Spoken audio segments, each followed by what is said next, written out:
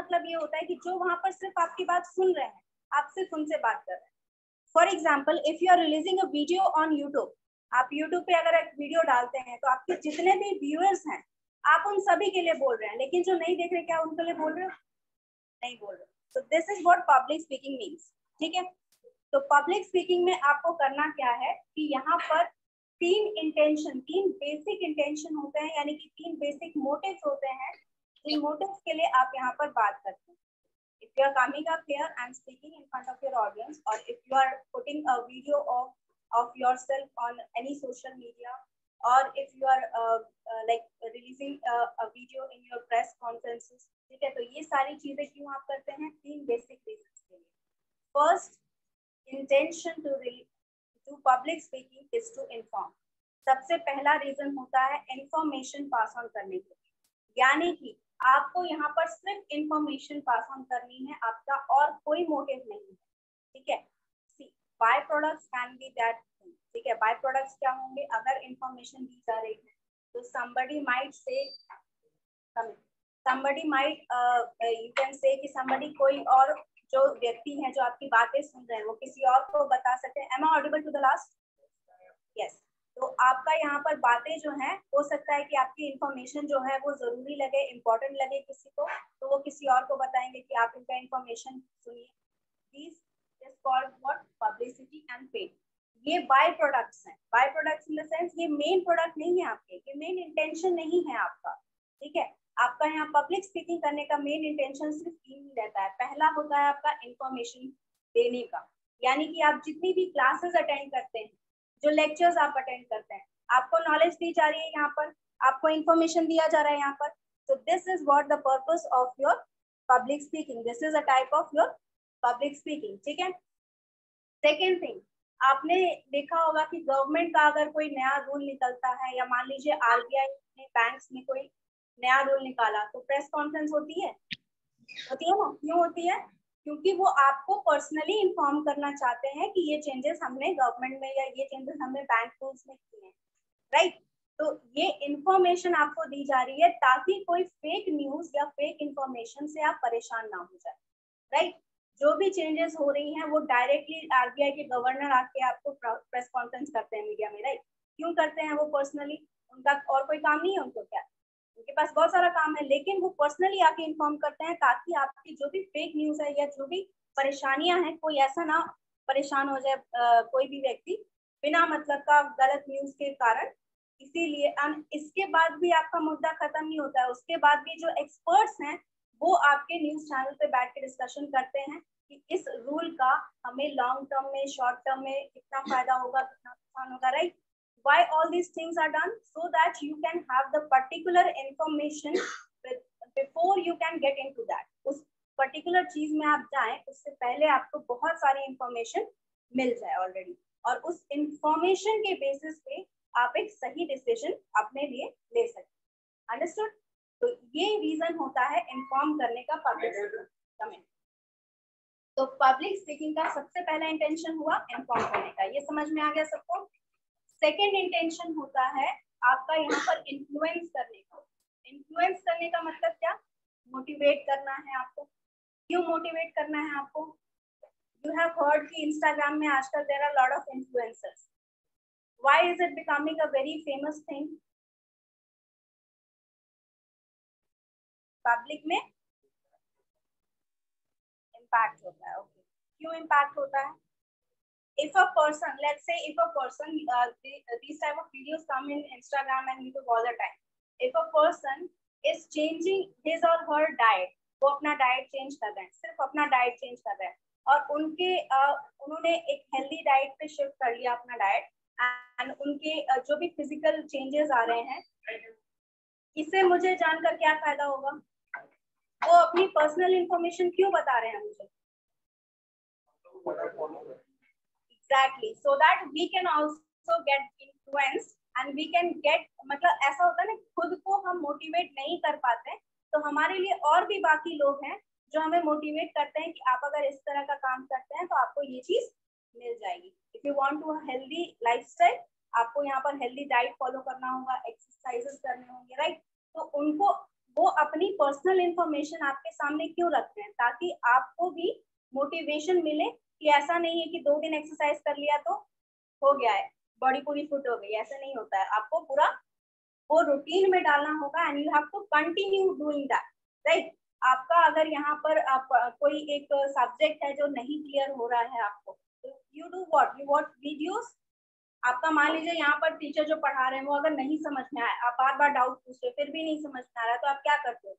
You switch to other option, you have a lot of options right now, ठीक है। You switch to other option, आप दूसरे channel पे जाते हैं, यूट्यूब चैनल पे, अगर कोई वो पर्टिकुलर सब्जेक्ट पढ़ा रहा है, आप ट्राई करते हैं कि उसकी बात अगर आपको समझ में आ जाए, because you have that responsibility on you कि आपको वो सब्जेक्ट समझना है, राइट। आपको अगर एक सोर्स से नहीं समझ में आ रहा है, आपके पास दूसरा ऑप्शन है, आप दूसरा स्विच ऑन करेंगे उसको समझने के लिए। तो यहाँ पर आपको मोटिवेशन किससे मिल रहा है? क्यों इतना मोटिवेटेड हो आप समझने के लिए? एग्जैक्टली, आपको उसका बेनिफिट मिल रहा है। even for those students who are only attending for the degree purpose, उनको भी तो एग्जाम पास करना है, तो कम से कम वो एग्जाम पास करने के लिए इतना इंफॉर्मेशन कहीं ना कहीं किसी ना किसी सोर्स से पढ़ना चाहिए, राइट। तो इन्फ्लुएंस करने का मतलब क्या होता है? And one more thing, whenever you do public speaking for the purpose of influencing someone, आप अगर इन्फ्लुएंस करना चाहते हैं किसी को, तो इन्फ्लुएंस करने के लिए हमेशा आपको कुछ ऐसा इंक्लूड करना होता है जो कि आपकी जो भी ऑडियंस है जो सुन रही है आपकी बात, वो एक तरह से आप कह सकते हो कनेक्ट कर पाए, राइट। आप अगर मान लीजिए आपको बस बोल दिया जाए कि ये थ्योरीज आप पढ़ लेना, ये एग्जाम के लिए इम्पोर्टेंट है, if that importance is not matched with my voice tone or some real life scenario, क्या आपको सही में लगेगा कि इम्पोर्टेंट है? नहीं। इफ आई एम टेलिंग कि ये क्वेश्चन आएगा आपके एग्जाम में, 5 साल तक आ रहा है, लगातार आ रहा है, इस बार भी आ सकता है, पॉसिबिलिटी है, इसको पढ़ लेना, तब जाके पढ़ोगे कि नहीं पढ़ोगे? पढ़ोगे, क्योंकि you have that motivation, you have that realistic scenario कि ये क्वेश्चन ऑलरेडी आ चुका है एग्जाम में, पॉसिबिलिटी है आने की, भले 0.0 पॉसिबिलिटी, 0.01 पॉसिबिलिटी हो, लेकिन आप पढ़ोगे उसको। अगर छूट गया तो किसको बोलने जाओगे, राइट। तो वो पॉसिबिलिटी आपको लगती है कब? जब आप रियल लाइफ सिनेरियो देखते हैं। If somebody is motivating you to do something, वो रियल लाइफ स्टोरीज क्यों बताते हैं? आपने सक्सेस स्टोरी सुनी होंगी बहुत सारे लोगों की, क्यों बताते हैं वो अपनी लाइफ की story? So that you can connect to those problems, ठीक है। उनकी लाइफ में जो प्रॉब्लम्स आई, कोई फाइनेंशियली प्रॉब्लम से गुजरा है, किसी का एडमिशन नहीं हो रहा था किसी अच्छे इंस्टीट्यूट में, किसी का पढ़ाई वीक था किसी पर्टिकुलर स्टेज ऑफ लाइफ में, ये सारी चीजें क्यों बताई जाती है आपको? ताकि आप उस पॉइंट को रिलेट कर सको कि अगर आपकी लाइफ में ये प्रॉब्लम्स आ रही हैं, तो उस पर्सन ने भी उस प्रॉब्लम को झेला है और उससे आगे बढ़ा है वो पर्सन, राइट। तो आप भी कर सकते हो। ये मोटिवेट कर रहा है, इनडायरेक्टली यही बोलना चाह रहा है कि अगर मैं उस चीज से गुजरा हूँ और मैंने इस चीज को अपनी लाइफ में पॉजिटिविटी की तरह देखा, तो आप भी देखिए, that is what the image.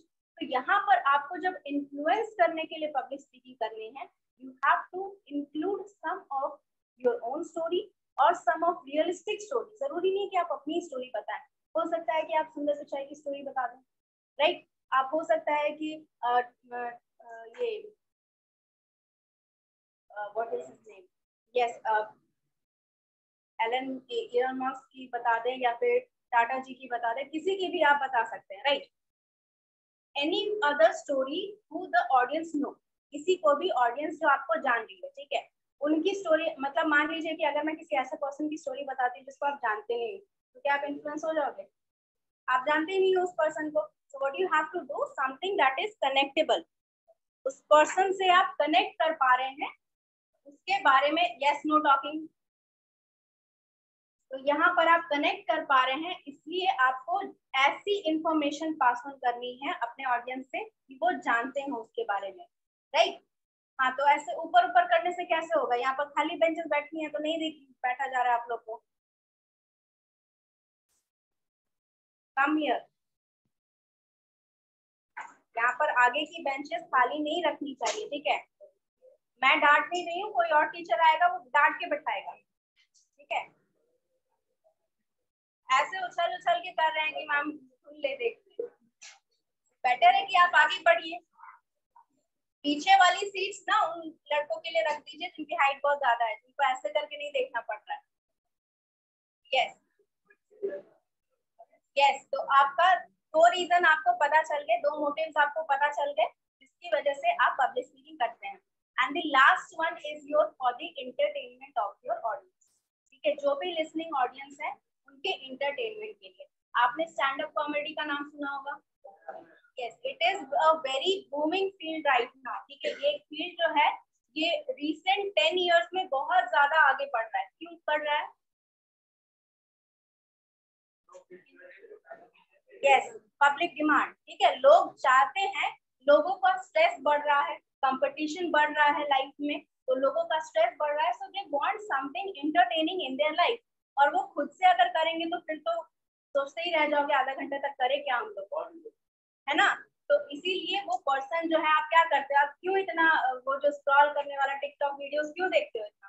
Because you don't have to do something, आप कह सकते हैं आपको मेहनत नहीं करनी पड़ती उसके लिए, राइट। आपको अपने इंटरटेनमेंट के लिए कम से कम मेहनत नहीं करनी पड़ती। पढ़ाई के लिए तो मेहनत करनी ही करनी है, एग्जाम के लिए मेहनत करनी है, लाइफ के लिए मेहनत करनी है, लेकिन एंटरटेनमेंट एक ऐसी चीज है जिसके लिए आप मेहनत नहीं करना चाहते, right? Because all of the other things come after hard work. So this is the one thing that you want, to be entertained without working something very hard. तो इसीलिए ये जो फील्ड है स्टैंड अप कॉमेडी का, they are working hard obviously because that is their living. But आपके लिए ये easy हो जाता है when you are listening to those people. आप सिर्फ उनकी बातें सुन के हंस रहे हैं, ठीक है। And why is it very effective when you laugh, your stress get lower. Yes, why it is? कोई लॉजिकल रीजन जानता है इसके पीछे? एंडोर्फिन रिलीज होता है आपके बॉडी में जब आप एक्सरसाइज करते हैं और जब आप हंसते हैं। ये दो एक्सरसाइजेस जब आप करते हैं तब आपकी बॉडी में एंडोर्फिन रिलीज होता है, जो कि आपका स्ट्रेस लेवल, यस बातें नहीं, स्ट्रेस लेवल रिड्यूस कर देता है, ठीक है। तो इसी वजह से कहा जाता है इफ यू आर स्माइलिंग और if you are laughing plus if you are exercising, आपकी लाइफ जो थी वो बहुत ही कम स्ट्रेसफुल हो जाती है। तो एंटरटेनमेट के लिए क्या क्या चीज करता है हमारे स्टैंड अप कॉमेडी, तो मैंने एक फील्ड बता दी। और कोई फील्ड आप बता सकते हैं जहाँ पे पब्लिक स्पीकिंग हो रहा है for the purpose of entertainment of your public? Sorry, नहीं, that is stand up comedy also, वो तो शो ही है पूरा। Yes, theatre. ट्रैवलिंग नहीं, travelling is not public speaking. Travelling में नहीं आता ना। आप यहाँ पर कुछ बोल रहे हो, ठीक है। Public speaking means you are speaking something in front of the public. नहीं, आपस में डिस्कस करने नहीं बोला है मैंने, इतना बड़ा डिस्कशन नहीं है कि आप लोग आपस में डिस्कस करने लगे हो। अरे मूवीज बच्चे, your movies, your web series, these are all public speaking। वो लोग खड़े होकर डायलॉग बोलते हैं ना वहां पर, तो you watch that, you get entertained, right? So that is also a part of public speaking, ठीक है। वो सारी चीजें आपके पब्लिक स्पीकिंग में आती है and that is the purpose, that is your three purpose of your, वो बोला ना फेमस होना बाय प्रोडक्ट है, ठीक है। फेमस होने के लिए कोई कर रहा है यानी कि ये तीन रीजंस नहीं ले रहा है, दैट मींस वो पब्लिक स्पीकिंग पे ध्यान नहीं दे रहा है, वो फेमस होने के लिए कर रहा है, उसका मोटिव ही अलग है पूरा। लेकिन अगर वो कोई इन तीन मोटिव्स के लिए अगर पब्लिक स्पीकिंग करता है then it is known as public speaking. Because the definition itself it says कि अगर आप लोगों के सामने खड़े होकर बोल रहे हैं या आपका बोला हुआ कुछ लोग देख रहे हैं, सुन रहे हैं, and you are doing for these three purpose, आपका इंटेंशन ये तीनों में से एक है, इन्फॉर्म करने का, इन्फ्लुएंस करने का या एंटरटेन करने का, तब आप पब्लिक स्पीकिंग कर रहे हैं। So according to the definition, if you are doing for these three purpose, तब आप ये पब्लिक स्पीकिंग कर रहे हैं। अगर कोई और बाय प्रोडक्ट निकल रहा है दैट इज डिफरेंट, ठीक है। तो पब्लिक स्पीकिंग समझ में आ गई क्या होता है and why we are learning public speaking.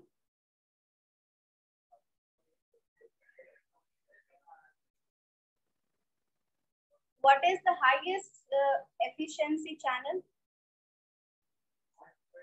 Face to face. Face to face क्या करोगे, पब्लिक स्पीकिंग ही ना करोगे, right. So this is the best face-to-face communication, इसीलिए हम public speaking learn करना है। All the speeches that you, yes, last benches, all the speeches that you deliver on the stage, all the debates that you do, GD अगर आप कर रहे हैं, वो सारी चीजें आपका पब्लिक स्पीकिंग में ही आता है. It is an understatement for that. ठीक है, वो उसी के अंडर आता है सारा स्पेसिफिकेशन. वो बहुत सारी पब्लिक स्पीकिंग आप करते हैं वेरियस रेंज में, लेकिन यहाँ पर आपको क्या करना है, यहाँ पर आपको बात करना है, यानी कि कम्युनिकेशन करना सीखना है. यानी कि अगर आप एक लार्ज ऑडियंस के सामने खड़े होकर बोल सकते हैं, आप 1 to 1 किसी से बात कर ही सकते हो, राइट. तो हमें यहाँ पर लार्ज ऑडियंस को रिड्यूस करते करते 1 to 1 तक सीखना है. ठीक है, लार्ज ऑडियंस में होता क्या है कि when you are not concentrated on one person, आप यहाँ अपने मैसेज पे कॉन्सेंट्रेट कर पाएंगे, आप जो मैसेज डिलीवर करना चाहते हैं. ठीक है, अगर हम यहाँ पर पहले से ही 1 to 1 से शुरू करेंगे तो आपका ध्यान उस पर्सन पे ज्यादा रहेगा. तो इसीलिए हम यहाँ पर 1 to many से स्टार्ट कर रहे हैं. एक पर्सन आके बोलेगा तब जाके यहाँ पर आप सीखेंगे. Okay, so let's go ahead in the type. How many types of public speaking are there? There are only 4 types of public speaking. 4 type of speech पढ़ाया था मैंने bridge class में. How many of you have attended?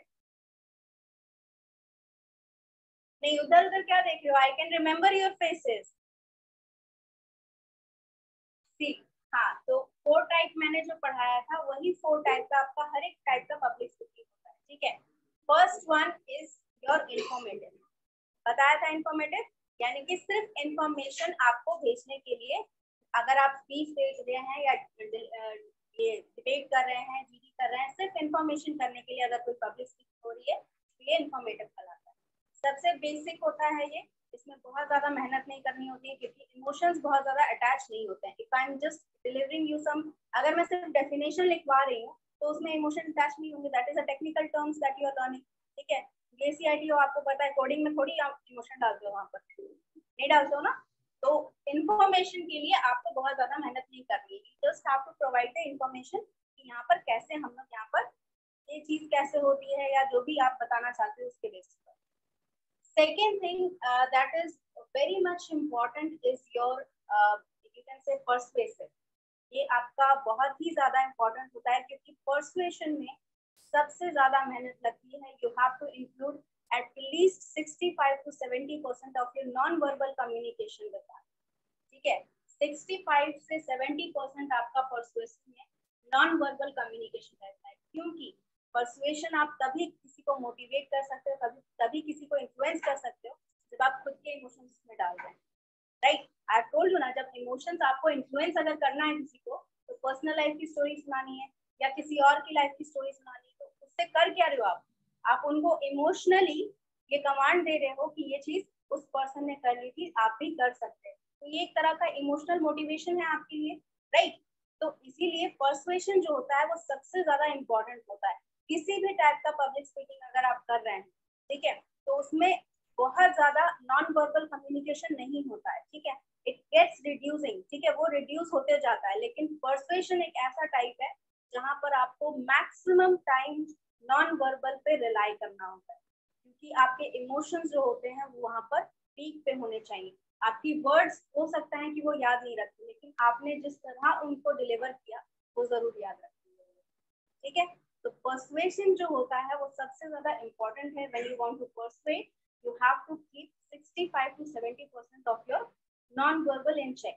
Non verbal में क्या क्या रखेगा? If you are delivering a speech, आपका eye contact होना चाहिए. ठीक है, आपका बॉडी पोस्चर सही होना चाहिए. ठीक है, आपका the way you are walking, अगर मान लीजिए स्टेज बहुत बड़ा है. ठीक है, फॉर एग्जांपल हमने जो वो अटेंड किया था, कौन सा भवन था? यस, तो वहां पर स्टेज बहुत बड़ा था, ऑडियंस बहुत ही बड़ी थी. तो वहां पर अगर कोई स्पीच डिलीवर करेगा तो वो एक जगह खड़े होकर नहीं कर सकता, बिकॉज इफ ही और she standing in even in the middle of that, अगर वो बीच में भी खड़े रहते हैं तो भी आपकी इधर वाली और इधर वाली ऑडियंस जो है उनका ध्यान नहीं रहेगा. So this is the you can say that this is the duty of your speaker कि वो हर एक ऑडियंस पे ध्यान रखे. ठीक है, चाहे वो लेफ्ट की हो, कॉर्नर में हो, बैक में हो, उनका ध्यान रहना चाहिए. ठीक है, तो आपने देखा होगा टीचर्स जब भी आते हैं तो उनका सब बच्चों पे क्यों ध्यान रखता है? Because we are here the speaker. ठीक है, this is our responsibility that I want to deliver something.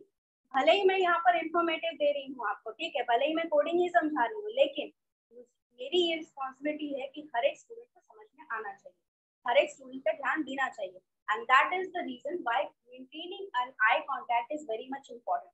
इसके लिए मैंने एक रूल बताया भी था पहले, and I am going to explain it further here. ठीक है, यहाँ पर और भी ज्यादा हम लोग डिटेल में विद प्रैक्टिकल करेंगे।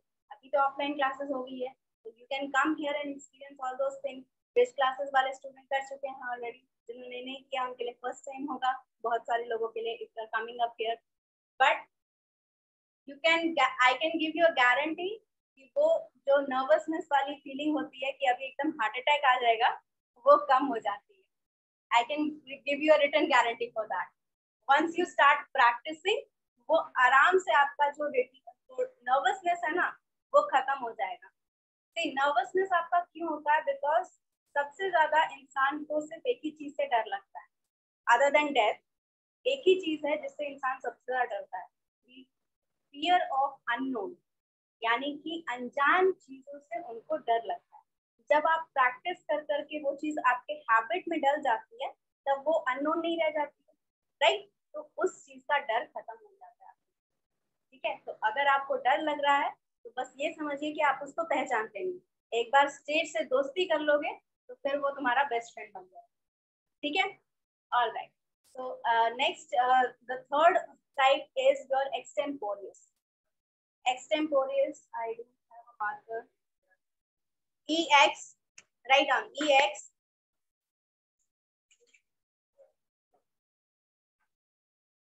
EXTE,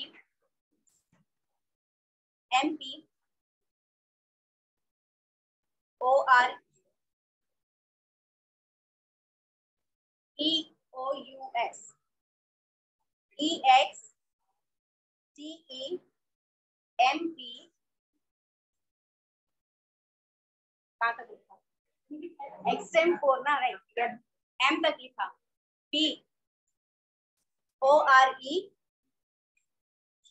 OREOUS,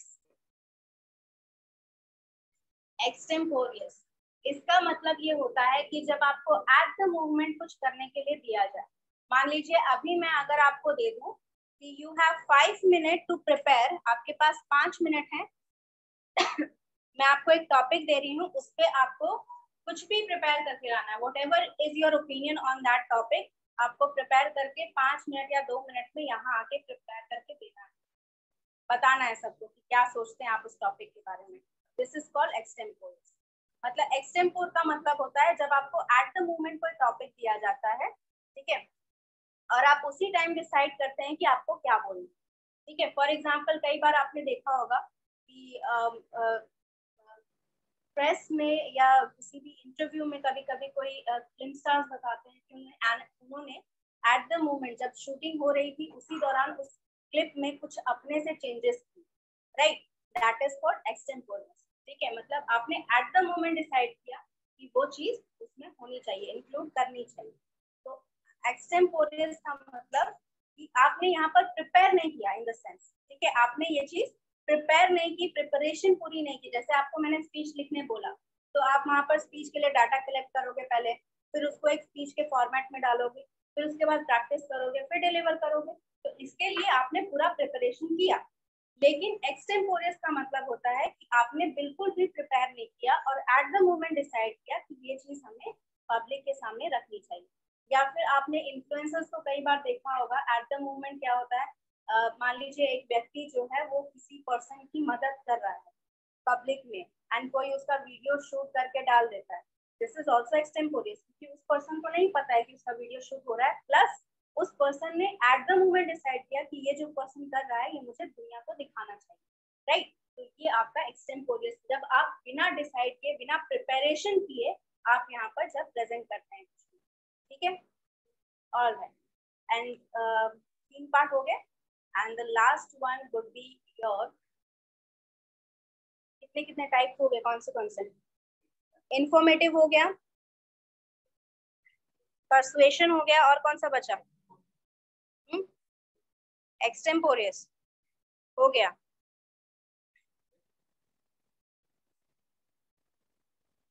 Yes, last one, ceremonial. Ceremonial. CEREMONIAL, ceremonial. CEREMONIAL, ceremonial. Ceremonial मतलब जब आप कोई इवेंट होता है, जब कोई फंक्शन होता है, उसमें जब आप पब्लिक स्पीकिंग करते हैं, यानी कि अगर मान लीजिए कि आपका यहाँ इंडिपेंडेंस डे का जो आप स्पीचेस देते हैं, जो एंकरिंग करते हैं, ठीक है, आपका कोई फंक्शन होता है, यस, उधर क्या बातें हो रही हैं उस पूरे बेंच में? आपका यहाँ पर जो भी इवेंट्स आप अपहोल्ड करते हैं, ठीक है, तो अगर आप सिर्फ एंकरिंग कर रहे हैं तो वो पब्लिक स्पीकिंग के ही अंडर आता है, क्योंकि आप वहाँ पर इन्फॉर्म कर रहे हैं कि आप ये प्रोग्राम होने वाला है या वैसे प्रोग्राम होगा, राइट। अगर आप स्पीच दे रहे हैं तो आप पब्लिक स्पीकिंग कर रहे हैं, ठीक है, in the particular sub division जो आप यहाँ पर सेलिब्रेट करने के लिए बता रहे हैं। आज हम लोग यहाँ पर ये सेलिब्रेट कर रहे हैं, ठीक है। मान लीजिए फाउंडेशन डे होता है, बहुत सारे ऑर्गेनाइजेशन का होता है, बिहार का फाउंडेशन डे है, राइट। तो ये सारे फाउंडेशन डेज पे फंक्शन किए जाते हैं, जितने भी फंक्शन, वेडिंग स्पीच का आजकल फैशन हो गया है कि हर एक वेडिंग में relatives of your bride and groom give their speeches and tell them about their life, ठीक है। तो ये सारे जो स्पीचेस होते हैं जो आप किसी भी फंक्शन में करते हैं, ठीक है, तो वो सारे सिर्फ स्पीच नहीं होता है, किसी भी तरह का एंकरिंग भी हो रहा है या फिर होस्टिंग हो रहा है, वो सारी चीजें आपके पब्लिक स्पीकिंग में आती है, दैट इज योर सेरेमनी, ठीक है। तो सेरेमनी में या इवेंट में या फंक्शन में जो भी हो रहा है, जो भी स्टेज पे खड़े होकर बोल रहा है, एनीथिंग, कोई भी परफॉर्मेंस हो रहा है, वो आपका सेरेमोनियल में आएगा, ठीक है। Not dance and singing, that is different. ये आपका बोलने वाला जो काम हो रहा है वो सारा आपका सेरेमोनियल में आएगा। तो ये चार आपके टाइप हैं ऑफ योर पब्लिक स्पीकिंग, ठीक है। किसी को कोई डाउट इसमें? किसी को डाउट नहीं है? Sure, alright. तो ये चीज जब हमने फिनिश कर दी, नेक्स्ट क्वेश्चन क्या है हमारा? ऑलराइट, नेक्स्ट क्वेश्चन हमारा था इज द प्रोजेक्टर वर्किंग? इससे कनेक्ट करें।